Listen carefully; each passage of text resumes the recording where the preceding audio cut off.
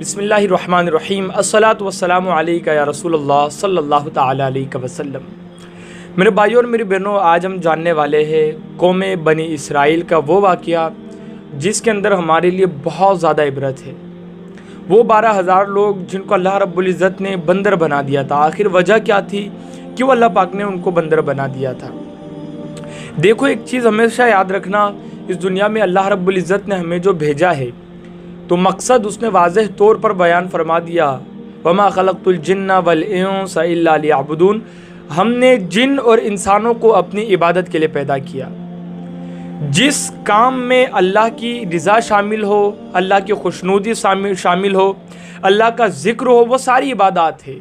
نماز پڑھنا بھی عبادت ہے، ذکر کرنا بھی عبادت ہے، اللہ کے رسول علیہ الصلوۃ والسلام کی سنتوں کے مطابق اپنی زندگی کو گزارنا بھی عبادت ہے۔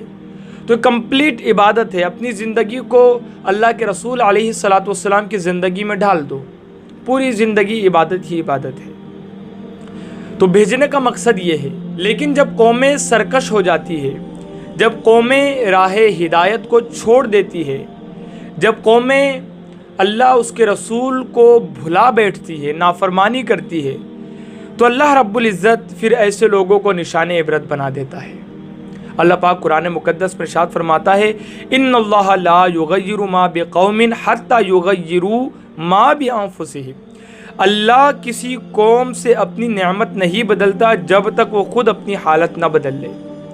بے شک اللہ رب العزت کسی قوم سے اپنی نعمت نہیں بدلتا جب تک کہ وہ قوم خود اپنی حالت نہ بدل لے۔ ہم ہٹیں گے ہدایت کے راستے سے، ہم رضا الہی کو اگر چھوڑیں گے، اللہ رب العزت ظالم بادشاہ بھی ہمارے اوپر مسلط کرے گا، نعمتیں بھی ہم سے چھین لے گا۔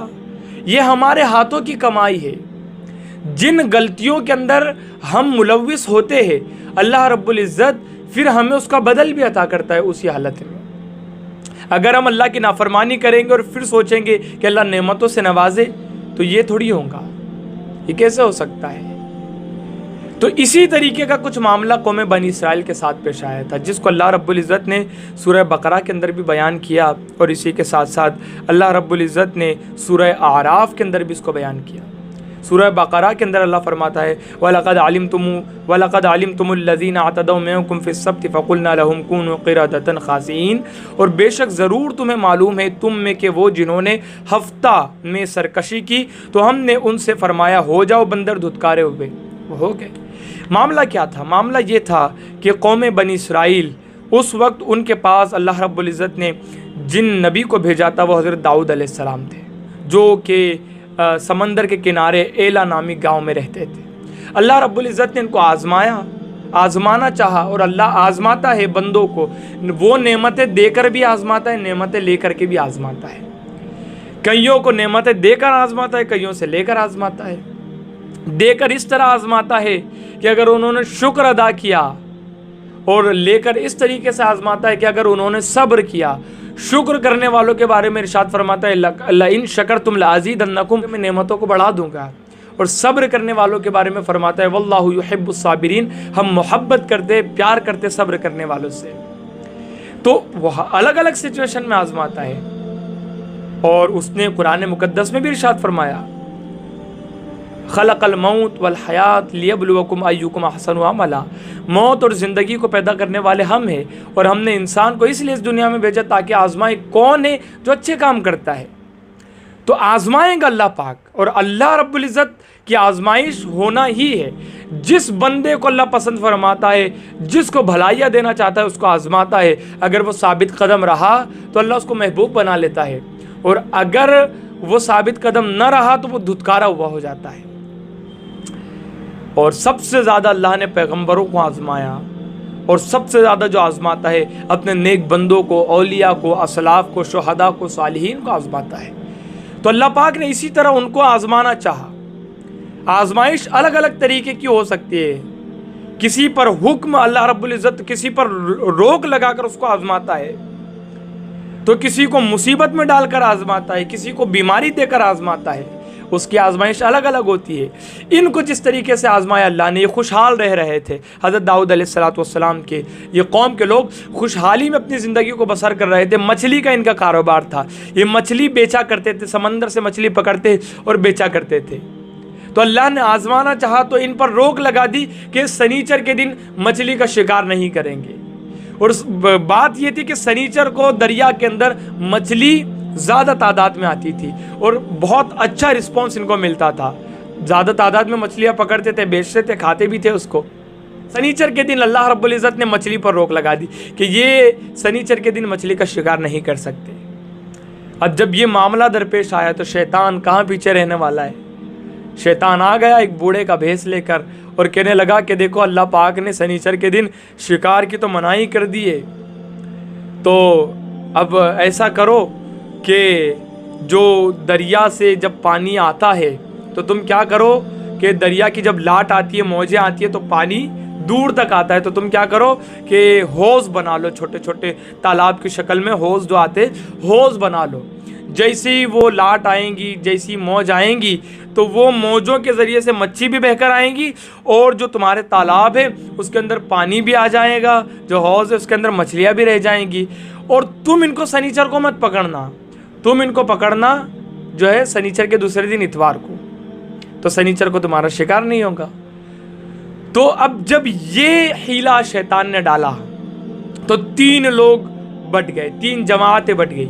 ایک تو یہ جنہوں نے انکار کیا کہ نہیں، اللہ پاک کا حکم ہے ہم سنیچر کو نہ حوض کے ذریعے سے مچھلی کا شکار کریں گے. ہم دیکھو شکار تو ہے ہی، وہ چاہے اتوار کو اس کو پکڑے لیکن شکار تو ہے ہی، اس لیے کہ وہ تمہاری بنائی ہوئی چیز کے اندر آ گئی نا مچھلی.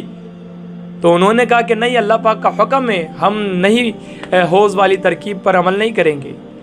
دوسرے ایسے تھے جنہوں نے کچھ کہا نہیں، وہ خاموش رہے اور انہوں نے شکار بھی نہیں کیا وہ حوض کے ذریعے سے، اور وہ جو کر رہے تھے انہوں نے ان کو روکا بھی نہیں. اور تیسرا گروپ تھا جنہوں نے شیطان کے جو ہیلا تھا اس کو اپنا لیا کہ ہاں بھائی بہت اچھی بات ہے، یہ تو ہم ایسے ہی کریں گے. اور پھر انہوں نے اسی طریقے سے مچھلیوں کا شکار کیا، مچھلیوں کو پکڑا. اب انہوں نے پکڑا اور یہ جو منع کرنے والے لوگ تھے انہوں نے کیا کیا کہ بستی کو بھی تقسیم کر دیا. انہوں نے کہا تم جو ہے گنہگار لوگ ہو، تم اللہ کے نافرمان لوگ ہو، اب ہم تمہارے ساتھ نہیں رہ سکتے. تو انہوں نے بستی کو ایسے بانٹا کہ بیچ میں دیوار بنا دی. اس طرف جو مچھلی کا شکار کرتے تھے سنیچر کے دن وہ لوگ رہنے لگے، اس طرف جو منع کرتے تھے کہ مت کرو اور اللہ کے جو نیک بندے تھے وہ اس طرف رہنے لگے. اور انہی کے ساتھ جو منع کرتے تھے انہی کے ساتھ وہ بھی رہنے لگے جو دل میں اس کو برا جانتے تھے اور خاموش رہتے تھے. تو اب ہوا یہ کہ ان کے اس عمل سے اللہ رب العزت کو بڑا غضب آیا کہ جب میں نے حکم نازل فرما دیا کہ شکار نہ کرو تو حیلے بہانے کے ذریعے سے کیوں شکار کرتے ہو. اللہ رب العزت نے غضب فرمایا اور پھر حضرت داؤد علیہ السلام نے ان کے لیے بد دعا کی. اب حضرت داؤد کا بد دعا کرنا تھا کہ جب رات ہوئی اور جب دن نکلا تو وہ لوگ جو گنہگار تھے، جو سنیچر کو شکار کیا کرتے تھے، وہ باہر نہیں نکلے، وہ شکار پہ نہیں گئے. تو یہ جو نیک لوگ تھے انہوں نے دیوار پر چڑھ کر دیکھا تو کیا دیکھتے کہ وہ 12,000 لوگ بندر بن گئے تھے. اللہ رب العزت نے ان کو بندر بنا دیا تھا. اللہ اکبر. وہ بندر بنے، 3 دن وہ زندہ رہے، اس کے بعد وہ سارے کے سارے مر گئے. وہ سارے مر گئے اس لیے کہ وہ جب بندر بنے تھے تو نہ کھا سکتے تھے نہ پی سکتے تھے. وہ بندر بن گئے، 3 دن کے بعد وہ مر گئے سارے کے سارے. معلوم ہوا جب کوئی قوم اللہ رب العزت کی نافرمانی کرتی ہے، جب کوئی قوم اللہ رب العزت کے احکام کو چھوڑ دیتی ہے، جب کوئی قوم ان کے نبی کے طریقے کو چھوڑ دیتی ہے تو اللہ رب العزت غضبناک ہو جاتا ہے اور ایسے لوگوں پر اپنا عذاب نازل کر دیتا ہے. شیطان ان کو بہکاتا ہے اور وہ بہکاوے میں آ جاتے ہیں. تو اللہ رب العزت ایسے لوگوں سے اپنی نعمتوں کو چھین لیتا ہے، اپنی طرف کی بھلائیوں کو روک دیتا ہے، برکتوں کو اللہ رب العزت روک دیتا ہے. تو میرے بھائیوں، ایسے بدنصیب اور لعنتی نہ بنو کہ اللہ رب العزت کی طرف سے دھتکارے ہوئے ہو جاؤ. میرے بھائیوں، اس واقعے سے ہمیں پتہ چلتا ہے کہ وہ لوگ نافرمان ہو گئے تو ان پر عذاب آیا. اللہ پاک ہم سب کو عذاب سے محفوظ رکھے.